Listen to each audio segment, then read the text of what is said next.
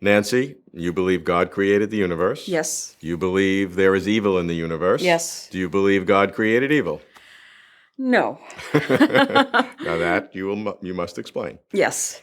I believe that God created the universe knowing full well that it would be a universe containing vast amounts of evil. But if God created and if God is good, then God must have known that the amount of good outweighed the evil to the extent that it would be worthwhile. But you're then rationalizing God created the evil.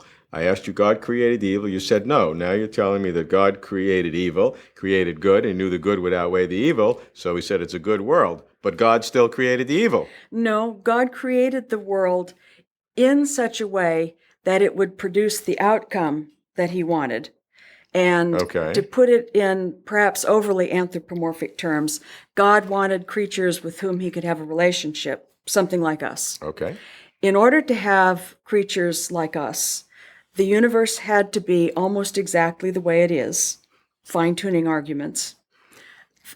Laws of nature produce the kinds of suffering that we're all aware of: plate tectonics, tsunamis, earthquakes, Sure, famines, etc. So my understanding of natural evil or suffering is that it is a predictable, unwanted, but necessary byproduct consequence of the way God had to create the world if God were to have free creatures, loving creatures like us. I could follow your entire argument, and sometimes in my psychic life can agree with you.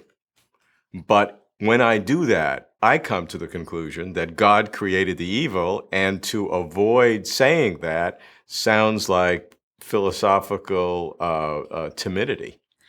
Oh, well, that gets into all sorts of theological, metaphysical questions as to what do you mean by create? What do you mean by evil? Or, well, more specifically, what's God's relation to the universe? If you are a pantheist, so that God and the universe are identified, then I think you're stuck with saying that God is creating tsunamis just as much as God is creating the blossoming of flowers, because God and the world are one. Okay. If you are a deist, then God creates, God sets up the laws, and it runs its course the way it was going to run. And so God foreknew that there would be tsunamis, but God is not causing them. Okay, that's a fine distinction. I don't think it's so fine. Well, I think it's a pretty radical distinction. No. The universe... God is not intervening to cause it, but God set up the laws so that they would absolutely occur. God set up the laws so that they would occur, but God did not intend that they would occur.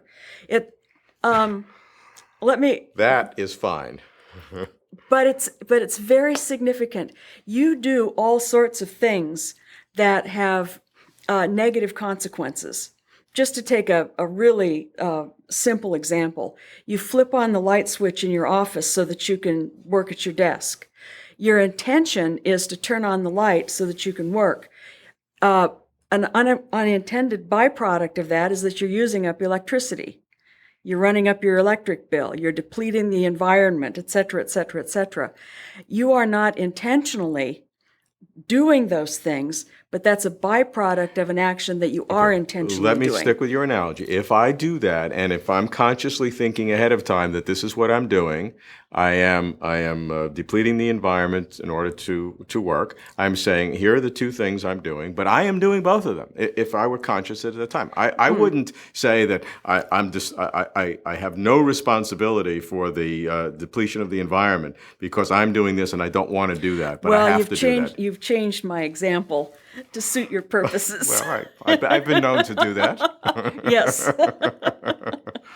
But I still think that there's nothing wrong in your worldview. There's nothing wrong by saying that God created a universe for the best possible purpose of creating intelligent life with whom he can have a relationship and to bring an afterlife and all these wonderful things. Evil has to be part of it for whatever reasons you say. And then come to the conclusion that God created that evil as part of his purpose.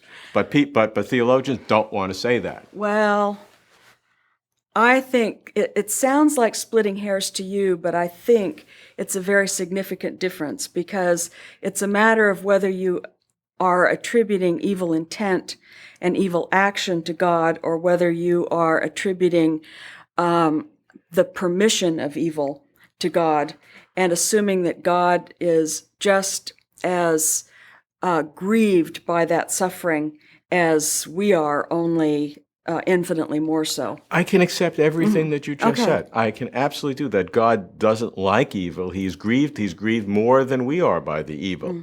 But God made a preordained decision to have that evil, to create that evil in order to have this greater good. And just come out and say it.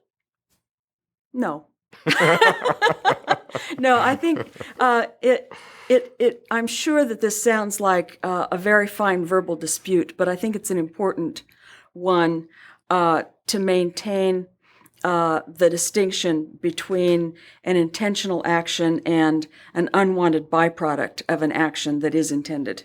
I can accept that. Okay. But That's all I want. I'm satisfied. But it is with knowledge of forethought. Yes.